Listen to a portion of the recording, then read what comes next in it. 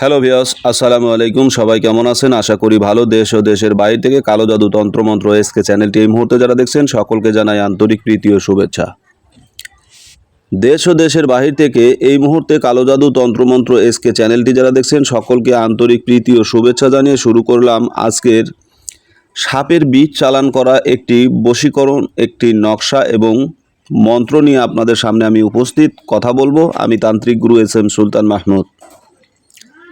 এটা শত্রুকে নিধন করা এবং শত্রুকে ধ্বংস করার জন্য অত্যন্ত পাওয়ারফুল এবং খুবই কার্যকারী একটি নকশা নিয়ে আপনাদের সামনে কথা বলছি। এই নকশার মাধ্যমে আপনারা করতে পারবেন যে কোনো ব্যক্তিকে আপনারা নিজের নিয়ন্ত্রণে এবং তাকে শাস্তি প্রদান করার জন্য এই নকশাটা অত্যন্ত কার্যকারী।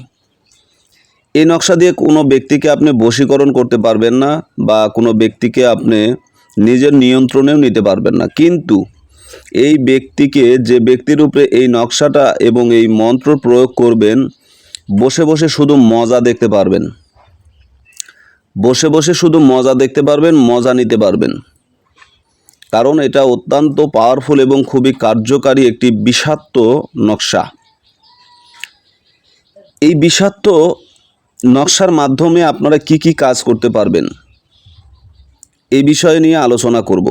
তবে ভিডিওর শুরুতে আমি জাতিগতভাবে প্রত্যেকটা মুমিন মুসলমান ভাই বোনদের প্রতি আবারও সালাম জানাই। আসসালামু আলাইকুম। হিন্দু দাদা দিদির প্রতি রইল আদাব বা নমস্কার। অন্যান্য সকল ধর্মের প্রতি রইল আন্তরিক প্রীতি ও শুভেচ্ছা, ভালোবাসা।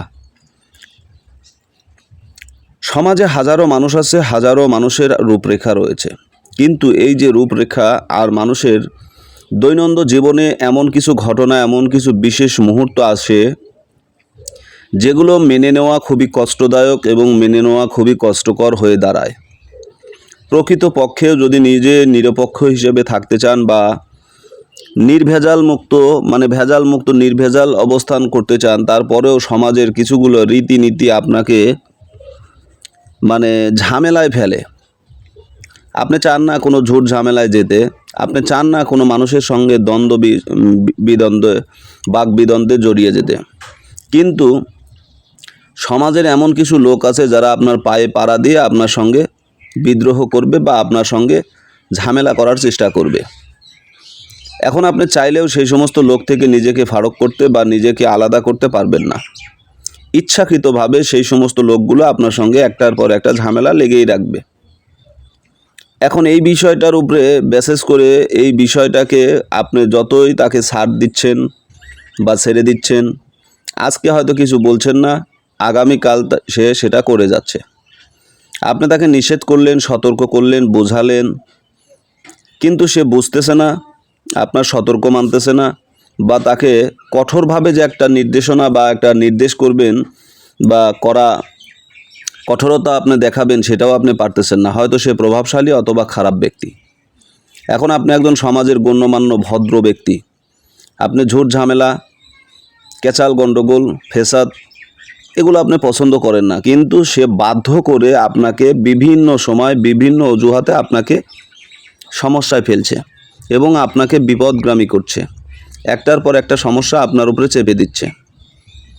বাধ্য হয়ে আপনি কি করবেন? হয় এলাকা ছাড়বেন, নাহলে ঘর বাড়ি ছেড়ে অন্য কোথাও যা আপনাকে আশ্রয় নিতে হবে। এমনটা তো সম্ভব নয় রে ভাই, এমনটা কিন্তু সম্ভব না। কারণ নিজের বাপদাদার ভিটা, নিজের বাড়িঘর, নিজের সব কিছু ছেড়ে আপনি একজন শয়তান, একজন খারাপ ব্যক্তি, একজন পথভ্রষ্ট ব্যক্তির জন্য কেন আপনি নিজের সীমা ছেড়ে যাবেন? নিজের অস্তিত্ব ভুলে যাবেন? নিজের বসত ভিটা, নিজের বাড়িঘর ছেড়ে কেন অন্যর জন্য আপনাকে যেতে হবে?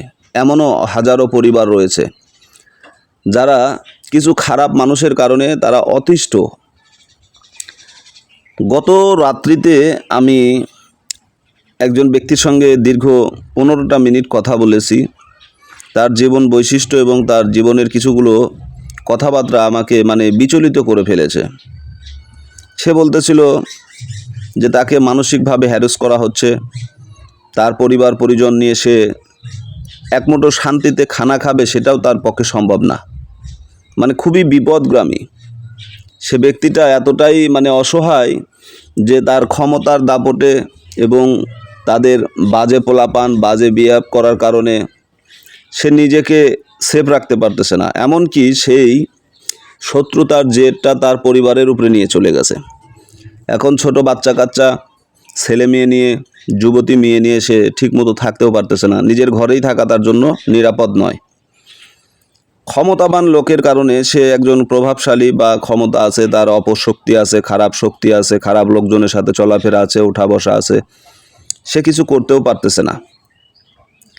তার বিপক্ষে যে অবস্থান নেবে সেটাও করতে পারতেছে না, তার পক্ষ অবস্থান নেওয়াটাও তার জন্য সম্ভব হচ্ছে না। এখন কি করবেন? আপনি কি এলাকা ছেড়ে চলে যাবেন? পালিয়ে বেড়াবেন? কোথায় যাবেন? পরিবার নিয়ে এতটাই অসহায় এবং এতটাই কষ্টের ভিতর রয়েছে যে তার কথাগুলো শুনে আমার মানে বিশেষ করে খুবই খারাপ লাগলো যে মানুষ কিভাবে এতটা খারাপ হতে পারে, এতটা নিষ্ঠুর হতে পারে। বিষয়গুলো খুবই জটিল এবং খুবই খারাপ লেগেছে। কথাগুলো শুনে চিন্তা করলাম যে আসলে মানুষ কত ধরনের হতে পারে। শয়তানের একটা কোয়ালিটি আছে। তাহলে শয়তানকে সাইজ করার জন্য এখন আপনি তার সাথে ক্ষমতা দিয়ে পেরে উঠতেছেন না, ক্ষমতা দিয়ে তার সাথে লাগতে গিয়ে পারতেছেন না, এমনকি অর্থ দিয়ে তার কাছে কোনো কিছুই করতে পারতেছে না। আইনি আশ্রয় নিয়েও আপনার সমাধান হচ্ছে না, কারণ তাদের প্রভাব আছে সমাজে, বিশাল প্রভাব, খারাপ শক্তি, খারাপ লোকজনের সঙ্গে তার ওঠা বসা চলাফেরা, যার কারণে আপনি সঠিকভাবে তাকে প্রতিহত করতে পারতেছেন না। এখন আপনি চাচ্ছেন সাহায্য।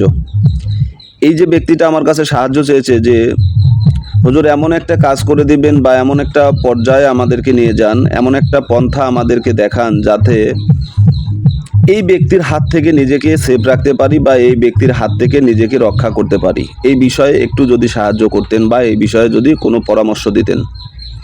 তা আমি ওনাকে বলেছিলাম যে আগামীকালকে আপনাকে আমি একটা ভিডিও পাঠাবো।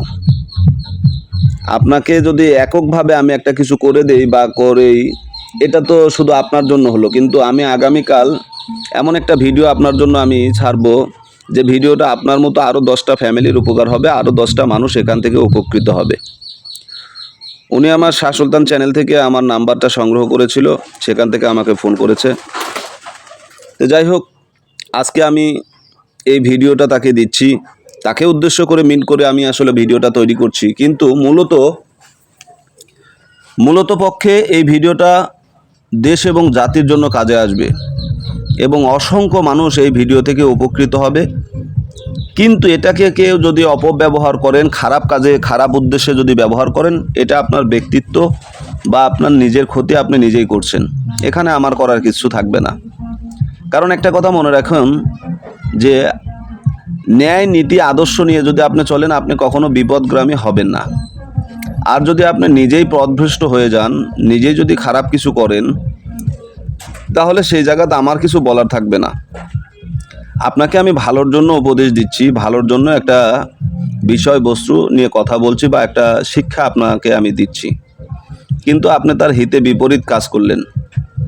এই যে আপনি বিপরীত যে কাজটা করলেন, এই কাজটা করার মাধ্যমে আপনি নিজে ক্ষতিগ্রস্ত হবেন এবং আপনার দ্বারা অপর ব্যক্তি ক্ষতিগ্রস্ত হবে। আমি চাই না এই ধরনের কাজ কেউ করুক বা করে থাকুক।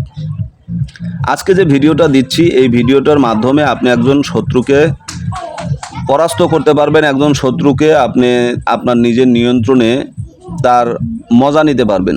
সে যন্ত্রণায়, কষ্টে, মানে এতটাই অস্থিরতা প্রকাশ করবে যেটা বলার মতো ভাষা রাখে না। আর আপনি চেয়ে চেয়ে শুধু দেখবেন। আমি এই যে নকশাটা নিয়ে আর কথা বাড়াবো না, আমি সরাসরি নিয়মে চলে যাচ্ছি। নিয়মটা আপনাদেরকে দেখাবো এবং নিয়মটা বলে দিয়ে আমি এখান থেকে ভিডিওটা শেষ করব।